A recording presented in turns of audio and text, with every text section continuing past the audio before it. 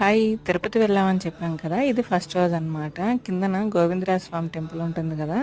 అక్కడికైతే బయలుదేరాము. మేము కాలినడకన వెళ్దాం అనుకుంటున్నాం కాబట్టి స్టేషన్‌లోనే ఫ్రెష్ అయిపోయి ఫస్ట్ గోవిందరాజ స్వామి టెంపుల్‌కైతే వచ్చేసాము. పైన టెంపుల్‌లో దర్శనం చేసుకునే ముందు ఇక్కడ దర్శనం అయితే చేసుకోవాలంట. సో, మేమైతే ఫ్రెష్ అయిపోయి ఫస్ట్ ఈ టెంపుల్‌కైతే వచ్చేసాము. అన్నయ్య వాళ్ళు, బాబాయ్ వాళ్ళు ఆల్రెడీ కార్‌లో కొండ మీదకి వెళ్ళిపోయారు.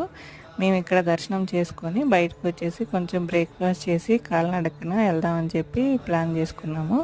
సాటర్డే అంతా ఫాస్టింగ్ ఉన్నాం కదా! సో, మార్నింగ్ 2 ఇడ్లీలు తినేసి బయలుదేరాం అనమాట.